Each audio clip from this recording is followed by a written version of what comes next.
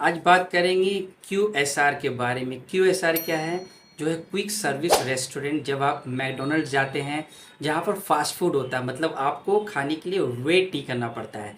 जो जैसे जैसे लोगों के पास टाइम कम हो रहा है, लोग फाइन डाइन तो आप जा नहीं सकते हो। फाइन डाइन आप सिर्फ महीने में 1 या 2 बार जाते हैं। तो QSR एक मॉडल है जिस पर एक अच्छा पैसा बनाया जा सकता है। तो समझते हैं QSR के बिज़नेस को। इंडिया में जो QSR का बिज़नेस कैसा कर रहा है, ग्रोथ ट्रिगर्स क्या हो सकता है, कितने रेस्टोरेंट्स कितने टाइप के होते हैं। तो चलिए वीडियो को स्टार्ट करते हैं। रेस्टोरेंट कितने टाइप के होते हैं? देखिए, जो पहला रेस्टोरेंट होता है वो होता है फुल टाइम फाइन डाइनिंग। अभी फुल टाइम फाइन डाइनिंग क्या होता है? जहाँ पर आप फैमिली फ्रेंड के साथ जाते हैं और फूड्स आने में 15 से 20 मिनट लगता है। तो फाइन डाइन में क्या हुआ? फाइन डाइन में आपको फूड के लिए वेट करना पड़ता है, और आप हर रोज नहीं जाते, आप महीने में एक एक बार या 2 बार जाते हैं।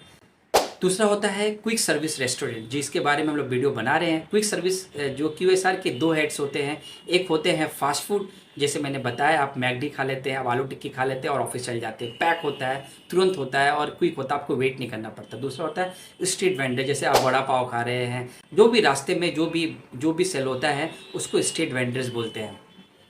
अब समझते हैं थर्ड क्या होता है। थर्ड होता है कैफ़े एंड बार्स। फोर्थ होता है रिमोट किचन। अब रिमोट किचन क्या होता है? उसमें 100% सिर्फ डिलीवरीज होती है।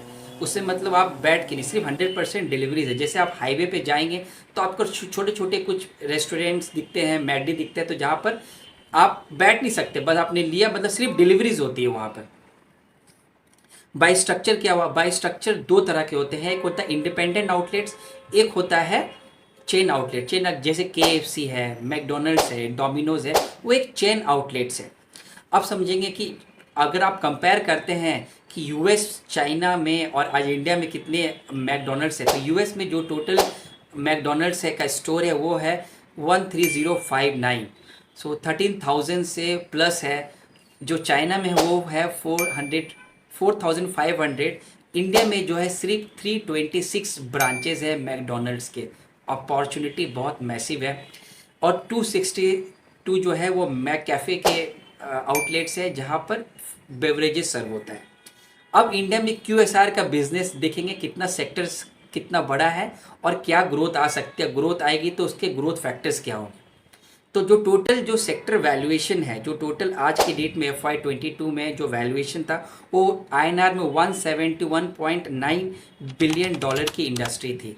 और बाय 2027 ये टच कर सकती है 431 billion dollar with a growth of 20% CAGR। तो बहुत अच्छी अपॉर्चुनिटी है आपके पास। ग्रोथ लेवल आप समझ सकते हैं। इंडिया एक ऐसी कंट्री है जहाँ पर यंगस्टर्स की पॉपुलेशन मोर देन 60% है। तो youngsters love to go to this QSR restaurants where they do not have to wait. So एक अच्छा मॉडल है इंडिया जैसी कंट्री के लिए, क्योंकि इंडिया में अभी भी मार्केट शेयर बहुत कम है compare to the developed countries.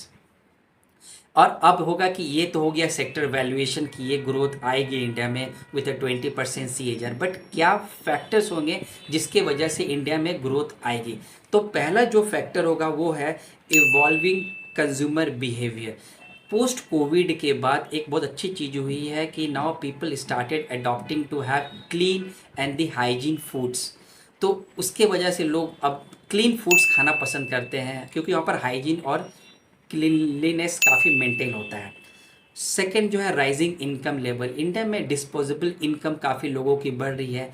जिस हिसाब से इनकम बढ़ती है, लोग जो अपना फूड प्रेफरेंसेस लोग क्या करते हैं, लोग चेंज करते हैं। लोग स्ट्रीट वेंडर्स पर जाने से ज़्यादा पसंद करते हैं एक क्वालिटी फूड्स को खाना। थर्ड है online industry. Yes, online industry जो इंडस्ट्री है वो 5 बिलियन डॉलर की है और which is expected bye 21 billion bye 2026 with a CAGR of 30% growth rate. 5 billion की इंडस्ट्री है और ऑलमोस्ट 21 बिलियन की इंडस्ट्री होगी बाय 2026 विच इज़ एक्सपेक्टेड है with a growth rate of more than 30%। सो आप समझ रहे हैं कि कितनी अच्छी अपॉर्चुनिटी है। प्लीज़ अपॉर्चुनिटी को सीज़ कीजिए। स्टॉक मार्केट में आप एक डायरेक्शन में नहीं जा सकते, आपको समझना पड़ेगा कौन सी बिजनेस है जो इवॉल्व कर रही है। क्योंकि जो स्टॉक मार्केट होता है इट्स लाइक अ फ्यूचर को देखता है, वो फ्यूचर में क्या होने वाला है। पास्ट में जो हुआ, यस पास्ट से आप पता कर सकते हैं कि कैसा, बट आप नए नए बिजनेस मॉडल्स को आपको पकड़ना पड़ेगा। तो ये होगी, अब समझेंगे कि जो मैकडोनल्ड्स जो है इंडिया में, उसके कुछ फंडामेंटल मैट्रिक्स पर नज़र डालेंगे। तो जो फंडामेंटल मैट्रिक्स देखेंगे, जो ऑपरेटिंग मार्जिन 13% हुआ करता था वो आज 16% है, जबकि दूसरी जो मार्जिन में इम्प्रूव हुआ, और इम्प्रूव होने का सबसे बड़ा रीज़न है इनका जो मैक कैफ़े बेवरेजेस है, क्योंकि बेवरेजेस में जो मार्जिन होता है वो काफ़ी अच्छा होता है compare to the burgers and all. So जो अदर जो फ्रेंचाइजीज़ है, जैसे जुबिलेंट फूड वर्क्स और दिव्यानी इंटरनेशनल, उन्होंने 100 to 30 बेसिस पॉइंट उनका जो मार्जिन है वो कंप्रेस्ड हुआ है, जबकि इसका मार्जिन इम्प्रूव हुआ है।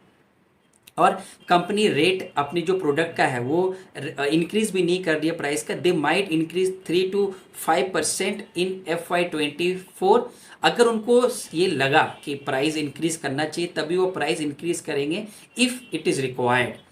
Significant growth in the beverage segment, जैसे मैंने आपको बताया कि जो बेवरेज होता है उसमें मार्जिन्स काफ़ी अच्छा होता है, तो कंपनी का जो फोकस है वो मैक कैफ़े को और भी बढ़ाना है। तो जो मैक कैफ़े अभी 227 है, वो 600 मैक कैफ़े आएगी बाय 2027।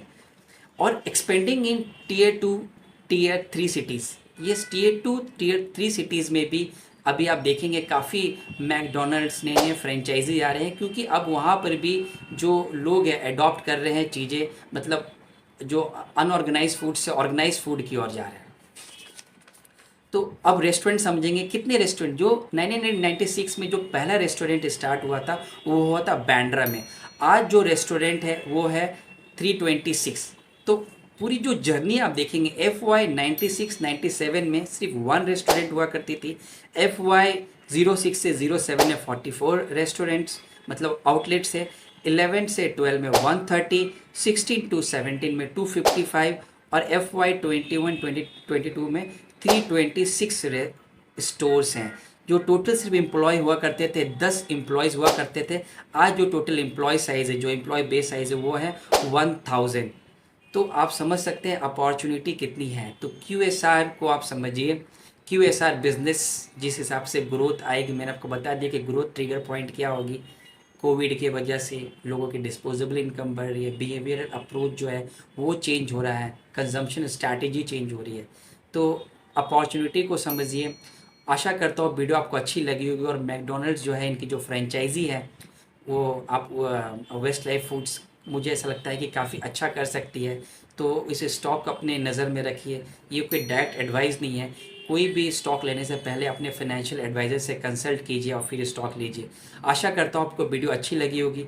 वीडियो अच्छी लगी तो आप चैनल को सब्सक्राइब कीजिए। मिलते हैं नेक्स्ट वीडियो में। Thank you.